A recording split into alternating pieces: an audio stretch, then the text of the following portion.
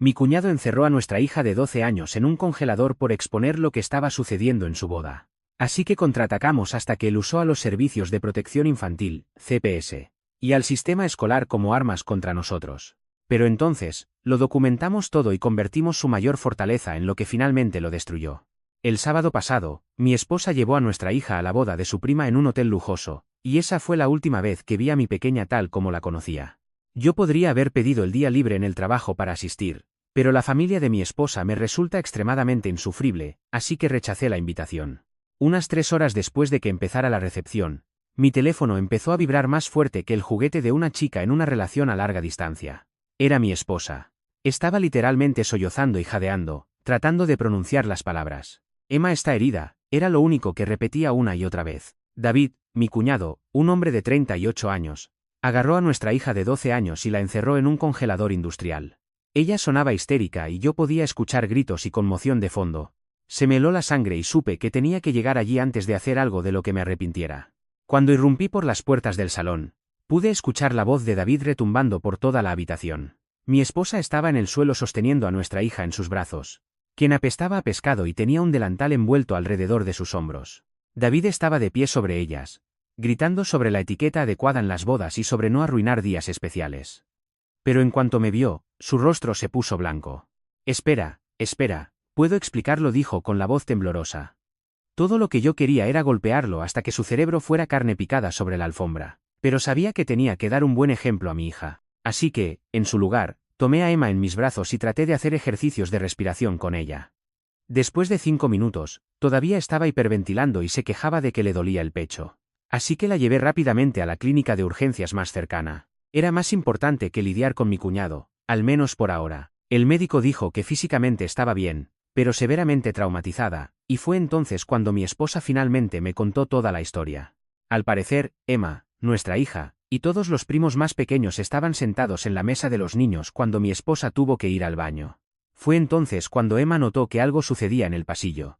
El novio, Brian, había acorralado a una de las damas de honor contra la pared mientras ella lloraba, pasando sus manos por todo su pecho.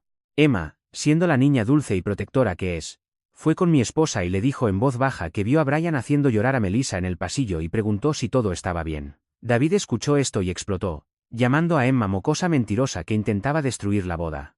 En respuesta, Emma dijo que Brian no debería lastimar a las chicas si quería un buen matrimonio. David perdió los estribos por completo, agarró el brazo de Emma tan fuerte que le dejó moretones y la arrastró mientras ella gritaba pidiendo ayuda. Mi esposa intentó abalanzarse sobre ellos, pero su padre la retuvo y dijo: «Deja que los hombres se encarguen de las cosas». Así que se vio obligada a mirar cómo arrastraban a Emma hasta la cocina y la lanzaban al congelador industrial. Mi esposa intentó llamar al 911, pero su padre le quitó el teléfono y le dijo que, si decía una palabra más, a ella también la encerrarían. No fue hasta 2 minutos después, cuando logró decirle a uno de los adolescentes más grandes lo que estaba pasando, que pudieron forzar la puerta y sacarla. Dejé a Emma con mi madre y volví para enfrentarme a él, y encontré a los padres de la novia allí. David intentó decir que Emma estaba atacando al novio, pero yo pregunté, ¿dónde están las marcas del ataque de Emma? Y no tuvo nada que decir. Los niños de la mesa apoyaron a Emma, diciendo: «Le suplicamos al tío David que se detuviera», pero no escuchó. Ninguno de los adultos hizo nada. Al mirar alrededor de la habitación, todos evitaban el contacto visual conmigo, pero supe por el enrojecimiento de sus caras que los niños decían la verdad. La rabia me hervía la sangre, pero me contuve porque estaba listo para jugar a largo plazo. La semana siguiente fue un infierno. Emma no quería dormir sola y se despertaba gritando que tenía frío. Se quitaba las mantas en pánico, pensando que estaba atrapada. Mi esposa y yo nos turnamos para quedarnos con ella, sosteniéndola hasta que se dormía de nuevo. Usé mis días de vacaciones para estar en casa. Manteníamos el termostato a 24 grados, pero Emma seguía usando suéteres y envolviéndose en mantas. David guardó un silencio absoluto, pero yo sabía que estaba planeando algo. Los hombres como él siempre tienen un siguiente movimiento. Llegó el domingo y tuvimos que ir a cenar a casa de mi suegra. Es algo semanal y mi esposa no quería romper la tradición. Decía que eso empeoraría las cosas. Acepté, pero solo si David no estaba allí. Mi esposa llamó con antelación y su madre prometió que él estaba visitando a unos amigos fuera de la ciudad. Algo sobre un fin de semana de golf. Llegamos y Emma se pegó a mi lado como pegamento. No me había soltado la mano desde que bajamos del coche. La casa se sentía diferente, más silenciosa, tensa. Mi suegra seguía dándonos miradas extrañas, con los labios apretados como si hubiera mordido un limón. Apenas le habló a Emma, lo cual era inusual. Ella siempre adoraba a su única nieta. Después de la cena, llevó a mi esposa a la cocina para ayudar con los platos. Pude escuchar susurros urgentes a través de la puerta. Subí al piso de arriba para usar el baño. La puerta del ático estaba abierta, lo cual era extraño. Mi suegra ya no sube allí por sus rodillas tras una caída el año pasado. Una estaba volcada con papeles derramándose. Subí para arreglarla y noté estados de cuenta bancarios, muchos de ellos, todos a nombre de mi suegra, pero las firmas se veían raras. Demasiado nítidas. Demasiado practicadas. Agarré un puñado y empecé a leer, retiros de 500 aquí, 1,000 allá, todos remontándose a 3 años atrás. Las líneas de descripción decían cosas como reparaciones del hogar y facturas médicas, pero yo sabía de sobra que mi suegra no había hecho ninguna reparación importante. El techo todavía goteaba en el cuarto de invitados y ella tiene seguro médico del gobierno, siempre presumiendo de su seguro suplementario. Escuché pasos en la escalera, pesados, deliberados. Metí los papeles en mi chaqueta y me di la vuelta. David estaba allí, después de todo no estaba fuera de la ciudad. Su rostro estaba rojo y sudoroso. Vio la caja abierta y sus ojos se oscurecieron. Me dijo que no tenía por qué andar husmeando en la casa de su madre. Su voz era baja, controlada, pero podía escuchar la amenaza debajo. Dije que también era la madre de mi esposa. Se acercó más y pude oler el whisky en su aliento. Vi el ligero balanceo en su postura. Me agarró la muñeca con fuerza, de la misma manera que agarró a Emma. Sus dedos se hundieron, intentando establecer dominio. Dijo que, si le mostraba esos papeles a alguien, le diría a la policía que yo los planté. Que estaba tratando de incriminarlo por lo de la boda. Su aliento estaba caliente en mi cara, apestando a alcohol y desesperación. Tiré de mi brazo y me dirigí a las escaleras. Él me bloqueó. Nos quedamos allí mirándonos. Pude verlo calculando sus opciones. Entonces Emma me llamó desde abajo. Su voz era temblorosa, asustada. Había estado sola demasiado tiempo. David sonrió, una cosa fría y depredadora, y se hizo a un lado. Bajé y agarré a mi familia. Le dije a mi esposa que me sentía mal y que teníamos que irnos. Ella no hizo preguntas, solo recogió nuestras cosas mientras yo llevaba a Emma al coche. En el coche, le mostré los estados de cuenta. Se puso pálida, sus manos temblaban mientras los revisaba. Ambos sabíamos que David tenía el poder notarial. Su padre lo organizó antes de morir. Cuando David aún fingía ser un hijo responsable. Pero robar a su propia madre era caer bajo, incluso para David. Mi esposa quería ir directo a la policía. Dije que necesitábamos más pruebas primero. David simplemente mentiría para salir del paso, como siempre. Tenía contactos, abogados que le debían favores. Teníamos que ser inteligentes, pacientes y minuciosos por el bien de Emma y de mi suegra. Teníamos que jugar esto a la perfección. Los siguientes días fueron difíciles. Emma empezó a tener ataques de pánico en la escuela. La enfermera me llamó el martes diciendo que estaba hiperventilando en el baño. La recogí y se aferró a mí todo el camino a casa. Esa noche, David comenzó su campaña. La prima de mi esposa le envió capturas de pantalla de Facebook. David estaba publicando sobre cómo los niños de hoy inventan historias para llamar la atención. Como algunos niños tienen imaginaciones hiperactivas que necesitan ayuda profesional. Nunca mencionó a Emma por su nombre, pero todos sabían a quién se refería. El miércoles por la mañana, recibí una llamada de mi suegra. Sonaba confundida, preocupada. Dijo que David le contó que Emma había estado viendo cosas que no estaban allí, inventando historias sobre la gente. Me preguntó si habíamos considerado llevarla a terapia. Le dije que Emma estaba bien, que David mentía. Se quedó callada y luego dijo: tal vez deberíamos dejar de cenar los domingos por un tiempo, dejar que las cosas se calmen. Supe que David la había manipulado. Para el jueves, 3 parientes diferentes habían llamado a mi esposa preguntando si Emma estaba bien, si tenía problemas en la escuela, si tal vez necesitaba hablar con alguien. David trabajaba rápido, plantando semillas de duda. Mi esposa lloró esa noche después de que Emma se fue a la cama. Dijo que sentía que toda su familia se ponía en nuestra contra. La sostuve y prometí que lo arreglaríamos. El viernes salí temprano del trabajo, le dije a mi jefe que tenía una emergencia familiar. Fui a la oficina de David, la que su padre le dejó. Está en un centro comercial entre un salón de uñas y un lugar de impuestos. No es exactamente prestigioso, pero David actúa como si fuera un rascacielos del centro. Su coche no estaba, pero su secretaria, Teresa, una mujer mayor que trabajó para el padre de David, sí estaba. Le dije que necesitaba dejar unos documentos familiares. Me dejó esperar en su oficina. Husmeé mientras ella contestaba teléfonos. Su escritorio estaba cerrado con llave, pero el archivador no. Encontré más estados de cuenta bancarios, no solo de su madre. Había cuentas de 2 clientes ancianos. El mismo patrón de retiros, las mismas firmas falsificadas. Tomé fotos con mi teléfono. Luego escuché a Teresa decir que David estaba subiendo. Volví a guardar todo y me senté como si hubiera estado esperando pacientemente. David entró y se congeló al verme. Su rostro pasó por unas 5 emociones antes de decidirse por una falsa amabilidad. Preguntó qué me traía por allí. Dije que quería hablar de Emma, de la boda. Se sentó detrás de su escritorio usándolo como una barrera. Dijo que todo fue un malentendido, que Emma entendió mal lo que vio, que Brian solo estaba consolando a Melissa después de que ella tomó demasiado champán. Le pregunté por el congelador. Dijo que Emma estaba histérica y que él intentaba calmarla. Que la cocina estaba tranquila y fresca, y pensó que eso ayudaría. Me reí. Realmente me reí en su cara. Le pregunté si de verdad esperaba que alguien creyera eso. Su máscara se resbaló por un segundo. Vi al verdadero David debajo, el que encierra a niños en congeladores y roba a ancianas. Se inclinó hacia adelante y dijo que debería tener cuidado, que Emma ya estaba teniendo problemas en la escuela, que la gente empezaba a hablar, que tal vez los servicios infantiles deberían involucrarse si no podíamos manejar los problemas de salud mental de nuestra hija. La amenaza era clara. Aléjate o intentaría quitarnos a Emma. Me levanté y me fui sin decir otra palabra. Pero había obtenido lo que buscaba. Las fotos en mi teléfono eran prueba de un patrón. Ahora necesitaba más. Ese fin de semana, mi esposa llamó a la hermana de su madre. La tía Linda vivía a 2 estados de distancia, pero conocía todos los trapos sucios de la familia. Mi esposa preguntó por la exnovia de David, la de antes de su matrimonio. Linda se quedó muy callada y luego dijo que deberíamos ir a visitarla. Tenía algo que mostrarnos. Condujimos el sábado por la mañana. Emma se quedó con mis padres. No necesitaba oír lo que podíamos aprender. Linda nos citó en un restaurante cerca de su casa. Parecía nerviosa. Nos habló de Jessica, la ex de David de hace 5 años. Salieron durante 2 años antes de que ella se fuera de la ciudad de repente. Sin explicaciones. Pero Linda mantuvo el contacto. Jessica le contó cosas oscuras sobre el temperamento de David, sobre la vez que encerró al sobrino de ella en el maletero de un coche durante una barbacoa familiar.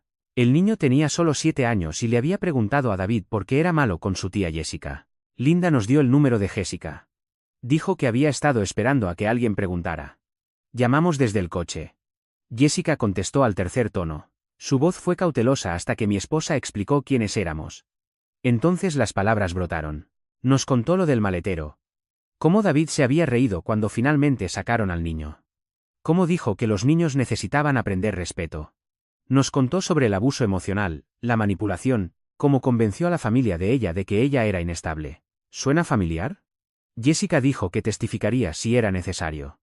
Dijo que había esperado años a que alguien lo detuviera. Nos dio el nombre de otra ex, Sara. Dijo que Sara también tenía historias. Le agradecimos y colgamos. Mi esposa lloraba de nuevo. Lágrimas de rabia esta vez. Su hermano había estado haciendo esto durante años y nadie lo detuvo. El domingo no fuimos a cenar a casa de mi suegra. El lunes, David escaló.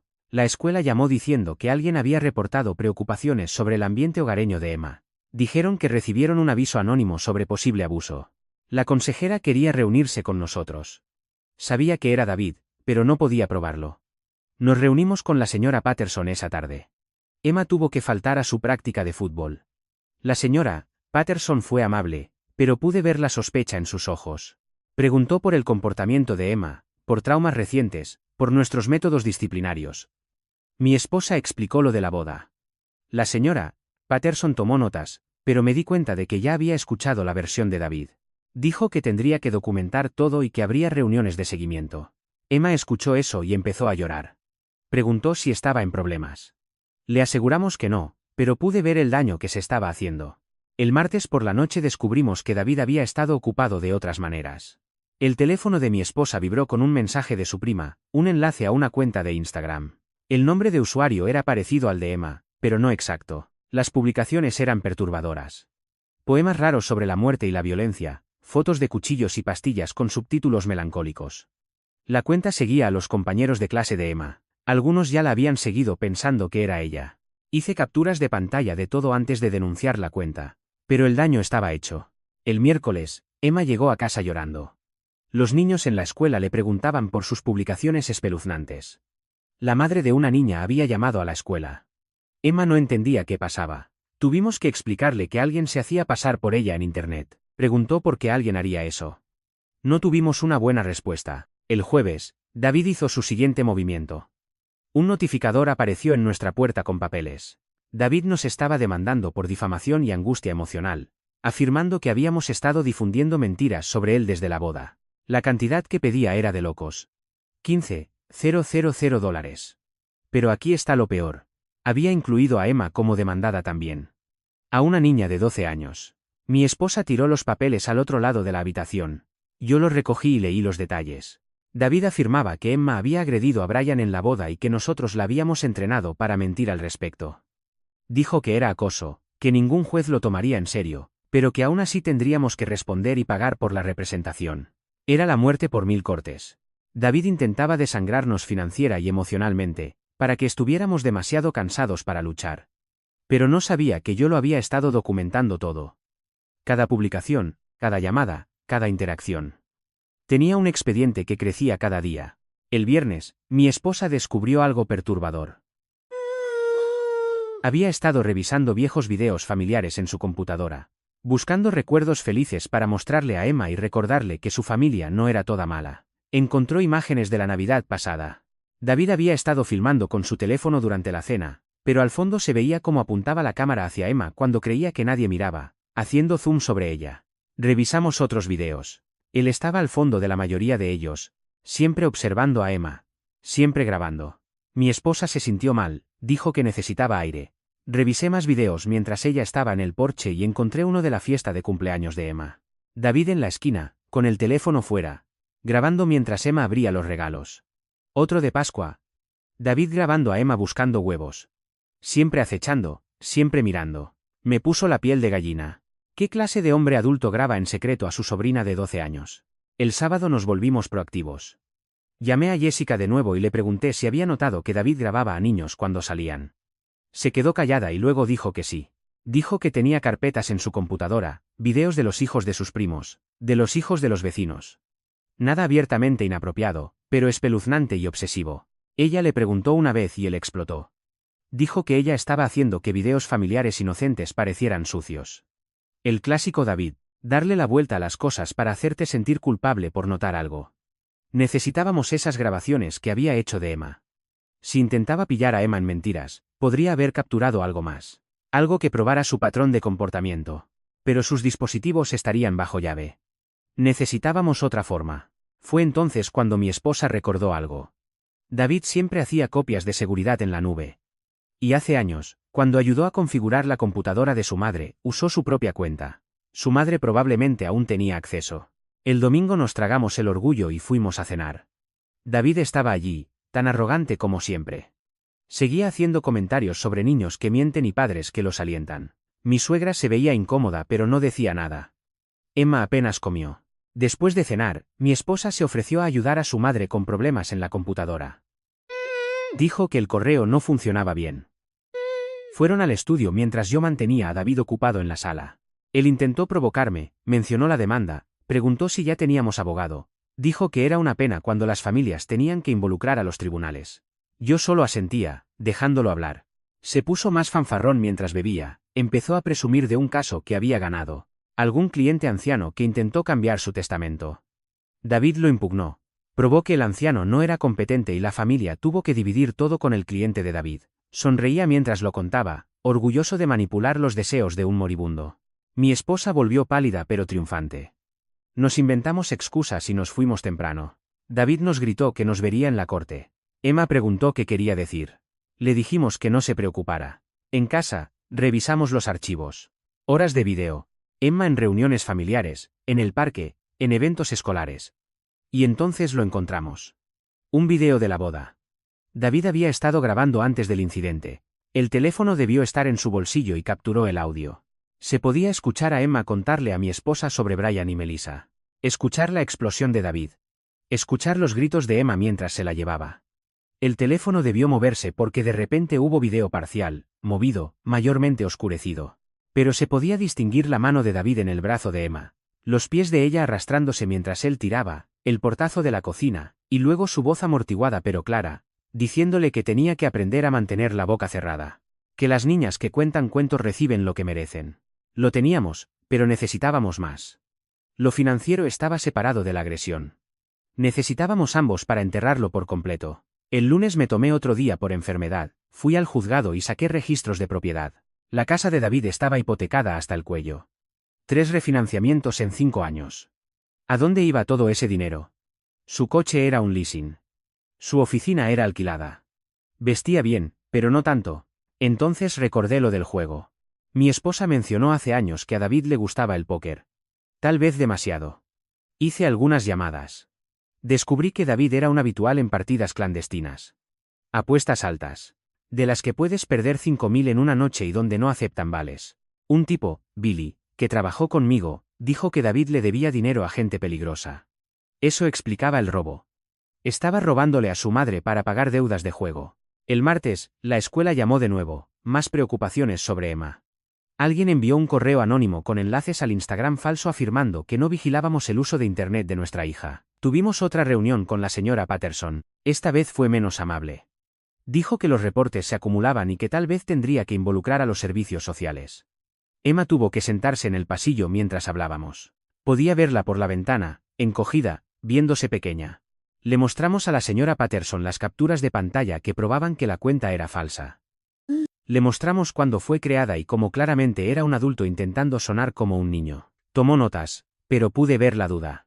Una vez que se planta esa semilla, es difícil arrancarla. David ganaba esta parte de la guerra, haciéndonos parecer inestables y negligentes, y haciendo que Emma pareciera perturbada. El miércoles, la hermana de mi esposa llamó. Madison había sido suiza hasta ahora, sin tomar partido. Pero había notado algo, faltaba dinero en la cuenta de su madre, cheques hechos al portador que su madre no recordaba haber escrito. Había confrontado a David y él había explotado. Dijo que ella estaba llamando senil a su madre. Dijo que tal vez necesitaba ser evaluada por demencia. El clásico ataque de David cuando se ve acorralado. Madison estaba estremecida. Preguntó si habíamos notado algo similar. Le contamos sobre los estados de cuenta bancarios y el patrón que venía de años atrás. Se quedó callada y luego dijo que había más. Su madre había cambiado el testamento recientemente, dejándole todo a David y dejando fuera a todos los demás. Madison sospechaba, pero su madre insistía en que era lo que quería. Ahora se preguntaba si David la había manipulado, amenazado o convencido de que el resto de la familia estaba en su contra. Teníamos que movernos rápido. David escalaba porque estaba desesperado. Los muros se cerraban y él lo sabía. Pero los animales acorralados son peligrosos. El jueves lo demostró. Emma no llegó a casa después de la escuela. El conductor del autobús dijo que nunca subió. La escuela dijo que se había ido con los otros niños. Mi esposa llamó a todos los conocidos. Yo conduje por el vecindario, revisando el parque, la biblioteca, cualquier lugar a donde pudiera ir. Entonces sonó mi teléfono, David. Dijo que Emma estaba a salvo, que había acudido a él molesta por toda la tensión en casa y que tal vez debería quedarse con la familia que no le llenaba la cabeza de mentiras. Le dije que la pusiera al teléfono. Pude escuchar a Emma de fondo diciendo que quería irse a casa. David dijo que estaba confundida y que nosotros llamaríamos a la policía. Se rió y dijo, adelante. Él era su tío. Ella había ido voluntariamente. Él solo intentaba ayudar. Conduje hacia su casa, rompiendo todas las leyes de tráfico. Mi esposa llamó al 911 desde su coche. Llegamos al mismo tiempo que los policías. David abrió la puerta, todo sonrisas. Les dijo a los oficiales que era un malentendido familiar y que Emma le había enviado un mensaje pidiéndole que la recogiera. Les mostró mensajes del teléfono de Emma, pero Emma no tenía su teléfono. Se lo habíamos quitado después del incidente de Instagram. La cara de David cambió cuando dijimos eso. Los policías pidieron ver a Emma. Estaba en la sala llorando. Corrió hacia nosotros y se agarró fuerte. Les dijo a los oficiales que David la había estado esperando fuera de la escuela. Dijo que su mamá lo había enviado a recogerla. Ella le creyó porque era familia. Él le quitó el teléfono de la mochila y se envió mensajes a sí mismo, luego borró los mensajes del teléfono de ella y se lo devolvió. Los policías tomaron declaraciones. David se mantuvo en su historia, pero se desmoronaba. Dijeron que harían un informe y que deberíamos considerar una orden de alejamiento. Esa noche, Emma durmió entre nosotros. Se despertaba preguntando si las puertas estaban cerradas, si David podía entrar. Le aseguramos que estaba a salvo, pero yo me quedé despierto escuchando cualquier ruido. El viernes solicitamos la orden de alejamiento. El juez concedió una temporal basada en el informe policial. David sería notificado en 24 horas. Parecía un progreso, pero sabía que era solo un papel. Un papel no detiene a un hombre desesperado. El sábado llamó la prima de mi esposa, la que envió los enlaces de Instagram. Había estado investigando. Encontró a la exesposa de David en Facebook, de la que nadie hablaba. El matrimonio que duró menos de 2 años antes de que ella huyera a otro estado. Cristina estaba dispuesta a hablar. Dijo que había esperado esta llamada durante años. Las historias que contó hacían que las de Jessica parecieran suaves. David había encerrado a su hijo en un armario. A su propio hijastro. Dijo que el niño era irrespetuoso y necesitaba aprender su lugar. Ella intentó irse, pero David amenazó con arruinarla. Dijo que se aseguraría de que nunca volviera a ver a su hijo. Presentó informes falsos en los servicios infantiles. Afirmó que era una madre no apta. Contrató a un detective privado para seguirla. Plantó sustancias en su coche y luego hizo una denuncia anónima. Ella logró que retiraran los cargos, pero le costó todo lo que tenía. Finalmente, huyó en medio de la noche y empezó de nuevo a 3 estados de distancia. Cambió su nombre. David aún así la encontró, le envió fotos de su hijo en su nueva escuela. El mensaje era claro, se había quedado callada después de eso. Cristina tenía documentos, informes policiales, expedientes judiciales, registros hospitalarios de cuando su hijo tuvo ataques de pánico. Un rastro de papel del abuso de David. Nos envió copias por correo urgente, dijo que las usáramos como fuera necesario. Dijo que ya era hora de que alguien lo detuviera. El paquete llegó el lunes. 50 páginas de los grandes éxitos de David, un patrón que abarcaba años, siempre lo mismo, encerrar a los niños que lo desafiaban, destruir a cualquiera que se defendiera. El martes, la orden de alejamiento fue entregada. David llamó a la madre de mi esposa gritando sobre traición y familia que se vuelve contra la familia. Dijo que nos arrepentiríamos. Mi suegra llamó a mi esposa llorando. Dijo que David le contó que intentábamos robar su dinero, que plantamos esos estados de cuenta, que queríamos su casa.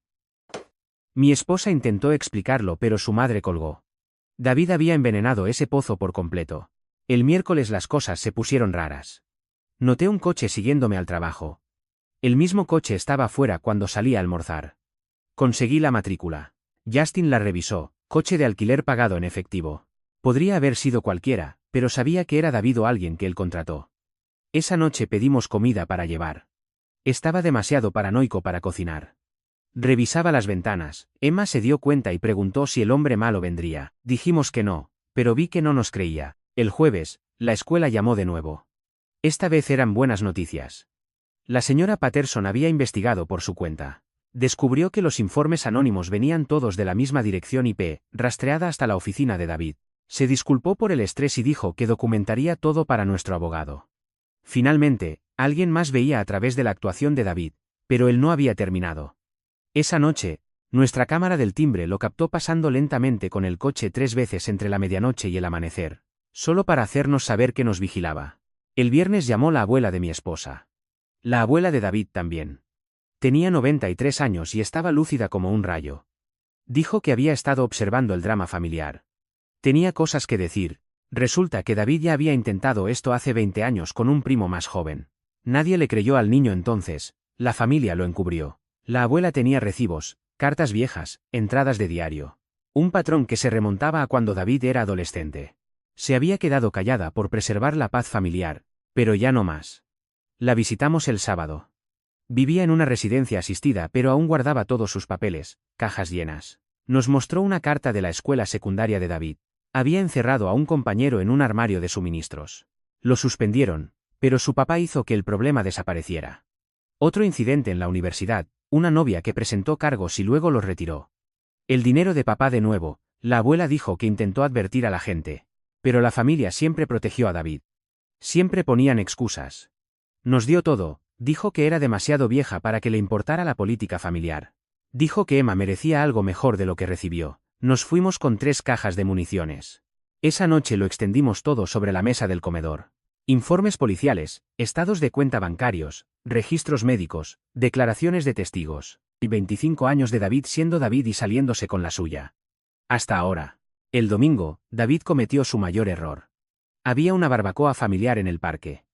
Nosotros no íbamos a ir, pero Madison sí. Nos llamó después, histérica. David se había presentado borracho. Empezó a despotricar sobre la familia desagradecida, sobre mentiras y conspiraciones. Sobre cómo lo había dado todo por su madre y así era como ella le pagaba. Luego soltó lo del dinero, como solo había tomado lo que merecía, como la vieja bruja tenía más de lo que necesitaba. De todos modos, 30 personas lo escucharon, incluida su madre. Ella estaba trayendo la ensalada de patata cuando él lo dijo. Soltó el bol entero y empezó a llorar. David intentó retractarse, pero el daño estaba hecho. Madison grabó todo con su teléfono. David admitiendo el robo frente a 3 docenas de testigos. Se dio cuenta de lo que había hecho e intentó quitarle el teléfono a Madison. Ella corrió a su coche y se fue. David la siguió gritando amenazas. Otros miembros de la familia tuvieron que retenerlo físicamente. El lunes, mi suegra llamó con la voz pequeña y quebrada. Se disculpó por no creernos. Dijo que había mirado sus cuentas. Realmente mirado. Encontró retiros que no recordaba. Cheques que no escribió. 40,000 dólares en 3 años. Sus ahorros para la jubilación. El dinero que heredó de su hermana. Todo desaparecido. Todo firmado por David. Quería presentar cargos. Le contamos sobre todo lo demás que encontramos. Lloró más fuerte. Dijo que falló como madre. Le dijimos que no era su culpa. David engañó a todos. El martes llevamos todo a la policía. 3 cajas de evidencia. Declaraciones de testigos de Jessica, Cristina y la abuela. El video de la boda, los registros bancarios, la grabación de Madison de la barbacoa. Los ojos del detective se agrandaron mientras lo exponíamos todo. Dijo que era el expediente más completo que había visto de parte de civiles. Dijo que David se había ganado muchos enemigos. Le dimos el contacto de Cristina. Ella estaba lista para testificar sobre el encarcelamiento ilegal de su hijo. El miércoles, David fue arrestado en su oficina. Teresa nos llamó con la voz temblorosa, dijo que la policía se llevó computadoras, archivos, todo. Dijo que encontraron más víctimas. Otros clientes ancianos con retiros misteriosos. El castillo de naipes de David colapsaba. Pagó la fianza el jueves, pero el daño estaba hecho. Su cara salió en el periódico. Abogado local arrestado por abuso de ancianos y robo. Su tío lo despidió esa misma tarde. Los clientes empezaron a llamar exigiendo sus expedientes. El viernes recibimos una llamada del abogado de David, un tal Scott. Un hablador fluido. Dijo que David quería llegar a un acuerdo, retirar los cargos y él se iría de la ciudad, nunca volvería a contactarnos. Renunciaría a cualquier reclamo de la herencia de su madre. Nos reímos. Realmente nos reímos. Le dijimos que revisara la evidencia. David iba a prisión. No habría tratos. Scott dijo que nos arrepentiríamos, que David tenía recursos. Colgamos. Que hiciera sus amenazas. Teníamos la verdad de nuestro lado. El sábado David hizo algo estúpido, violó la orden de alejamiento. Se presentó en el partido de fútbol de Emma, se quedó al borde del campo observando. Otros padres lo notaron, se sintieron incómodos. Un padre, Gerald, se acercó y le pidió que se fuera. David lo empujó fuerte. Gerald es contratista, mide 1.9 y es puro músculo. No lo devolvió, pero no hizo falta. Otros 3 padres rodearon a David y le dijeron que se fuera. David miró a su alrededor. Se dio cuenta de que lo superaban en número y se fue, pero no sin antes gritar que esto no había terminado. Llamamos a la policía desde el campo. Recogieron a David 1 hora después. De vuelta a la cárcel, sin fianza esta vez. El juez lo llamó riesgo de fuga y un peligro para un menor. El abogado de David argumentó, pero el video de la boda se reprodujo en la corte. El juez vio a David encerrar a una niña de 12 años en un congelador. Lo vio sonreír después. Fianza denegada. David esperaría el juicio tras las rejas. Emma escuchó la noticia y sonrió por primera vez en semanas. Preguntó si realmente se había acabado. Dijimos que casi. El juicio tardó 3 meses en programarse. El abogado de David intentó cada táctica de retraso, presentó moción tras moción, pero la evidencia era abrumadora. Testificaron 15 testigos. Jessica voló desde Portland. Cristina condujo 10 horas con su hijo, que ahora tiene 17 años y estaba listo para enfrentarse a su antiguo padrastro. El chico fue valiente. Le contó al tribunal sobre las horas encerrado en lugares oscuros, sobre David riéndose cuando lloraba, sobre las lágrimas de su madre. El jurado se veía asqueado. Madison testificó sobre el incidente de la barbacoa, reprodujo el video para la corte. La propia voz de David admitiendo el robo. Su madre subió al estrado, frágil pero decidida. Detalló cada cheque falsificado, cada excusa mentirosa. El fiscal mostró al jurado los 40,000 dólares en retiros fraudulentos. La defensa no tenía nada. David subió al estrado contra el consejo de su abogado e intentó presentar todo como malentendidos. El fiscal lo destrozó, le preguntó por cada niño que encerró, por cada anciano al que robó. La máscara de David finalmente se cayó. Gritó que todos se lo merecían, que los niños necesitaban disciplina, que su madre le debía por todo lo que él había hecho. Culpable de todos los cargos. Abuso de ancianos, robo, encarcelamiento ilegal, poner en peligro a un menor. El juez le dio 8 años. No es suficiente, pero es algo. David gritó mientras se lo llevaban. Prometió que se vengaría, que pagaríamos por esto. El alguacil lo sacó a rastras mientras seguía gritando. Emma observó desde la galería. No se inmutó, no lloró, solo vio cómo se llevaban al hombre malo. Después del juicio, las cosas mejoraron lentamente. Emma empezó a dormir toda la noche, dejó de revisar las cerraduras obsesivamente. Mi suegra recuperó su dinero. El seguro cubrió la mayor parte. El resto vino de la venta de la casa de David. Resultó que no era dueño de mucho. Las deudas de juego se lo comieron todo. Sus acreedores llamaron, pero no quedaba nada. David lo perdió todo, su libertad, su familia, su futuro. ¿Todo para qué? Orgullo, codicia, alguna necesidad enferma de control. Todavía vamos a las cenas dominicales. La familia es más pequeña ahora. Algunos parientes eligieron el lado de David. Dijeron que habíamos exagerado. Que la familia debería perdonar. Los dejamos ir. Los que se quedaron están más unidos, vinculados por el trauma compartido y la supervivencia. Emma juega con sus primos de nuevo, ríe de nuevo, pero es diferente. Más cautelosa, más consciente de que los monstruos pueden tener rostros familiares. La llevamos a terapia. Buena terapia. Está trabajando en ello. David está en la prisión estatal ahora. Lo estará por años. Escribe a veces, largas cartas confusas sobre la injusticia y la traición familiar. No las leemos. Solo las enviamos al fiscal en caso de que viole la orden de no contacto. Su madre cambió su testamento. Dividió todo a partes iguales entre sus hijos, excepto David. Él no recibe nada. Ella dice que es lo mínimo que puede hacer después de fallar en proteger a sus nietos. Le decimos que no fue su culpa. Los depredadores son buenos escondiéndose. David tuvo décadas de práctica.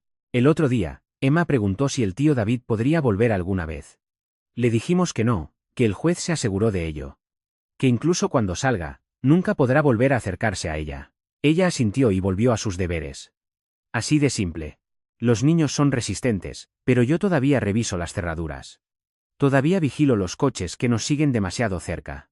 Todavía me despierto a veces pensando que lo oigo en la puerta. El trauma persiste para todos nosotros, pero ganamos. Eso es lo que importa. David pensó que podía intimidarnos para que guardáramos silencio.